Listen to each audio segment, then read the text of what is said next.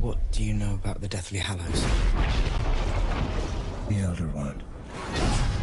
The most powerful wand ever made. The Resurrection Stone. The Cloak of Invisibility. Together they make the Deathly Hallows. Together they make one Master of Death. Harry, tell me where he is.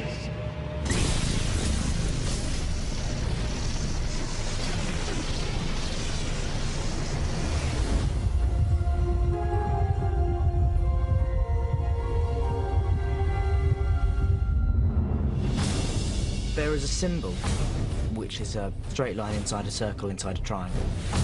And that symbol is the symbol of the Deathly Hallows. This legend, which is based around a children's story. The first time they see the symbol is at the wedding, when he meets Luna Lovegood's dad. Xenophilius Lovegood, we live just over the hill. And then as the film carries on, Harry? the symbol crops up 2 or 3 more times. Somebody inked it in. It isn't part of the book, somebody drew it. It keeps cropping up everywhere, and she thinks, I need to understand what this means. It's a letter Dumbledore wrote to Grindelwald. Look at the signature. It's the mark again. Suddenly, it seems to be significant, so they go to the only person that they know who has any contact with it, which is Xenophilius Lovegood. He explains that it's part of an old piece of wizard mythology. It's the sign of the Deathly Hallows, of course. All right, Shirley. I assume you're all familiar with the tale of the 3 brothers. And the legend is that there's these 3 items. The Elder Wand, the Cloak of Invisibility, and the Stone. And if you have all 3 of them, then you sort of conquer death. You master death. I face an unfortunate complication. My wand and Potter's share the same core. Voldemort has the realization that his wand and Harry's wand are twins. So basically Voldemort's wand cannot be used against Harry's, and Harry's cannot be used against Voldemort's. If I am to kill him, I must do it with another's wand. There's only one thing left to try, and that is the Elder Wand. The Elder Wand is a very important, extraordinary one. And the theory is the loyalty of that wand can be won. Voldemort believes the Elder Wand will give him supreme power to try to stop Harry. His desire to get the Elder Wand is paramount, as is his desire to kill Harry. He will use anything that helps him come to power and destroy anything that gets in his way.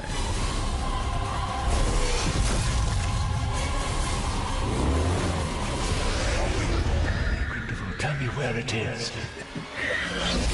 The Hallows exist. He knows where it is. He's gonna have it by the end of the night. You know who's found the Elder Wand.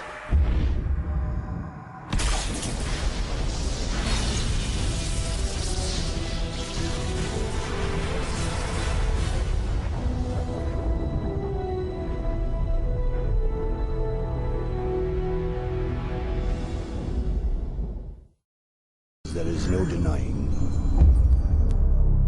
But I say this to our citizenry. Hey! We, ever your servants, will continue to defend your liberty and repel the forces that seek to take it from you. Your ministry remains strong.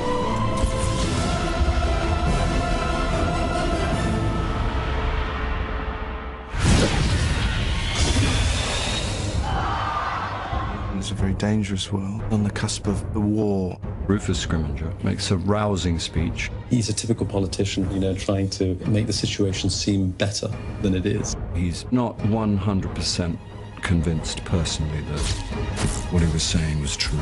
And how could he be, really, given the forces against which they are pitted? The Auror Office no longer plays any part of protection of Harry Potter. Those closest to him believe we have infiltrated the ministry. They got that right, haven't they? The ministry is strong. The minister of magic is there.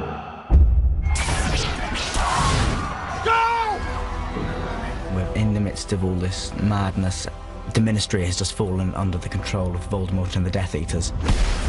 The ministry's gone, and everything that might point to stability no longer is available to them. The world is falling apart around him and his friends. As your new Minister for Magic, I promise to restore this temple of tolerance to its former glory. Therefore, beginning today, each employee will submit themselves for evaluation. She's bounced back, hasn't she? She's trying. Someone in court trying to weed out. She wants some pure bloods in there, as usual. Mary Elizabeth Cattermole, would you please tell the court from which witch or wizard you took this wand? I got it in Diagon Alley. This is just showing her, once again, just making the most of what really little power she has. You're lying. Wands only choose witches, and you are not a witch. She's wearing a necklace that the three heroes want. Come on, we've got Horcrux to find. They need to get into the Ministry of Magic and obviously not be seen as them. Remember what we said. Don't speak to anyone unless absolutely necessary. Just try and act normal. There's a lot of kind of disguises in this film. The Polyjuice potion at the Ministry was quite an interesting scene. This is completely mental. Completely.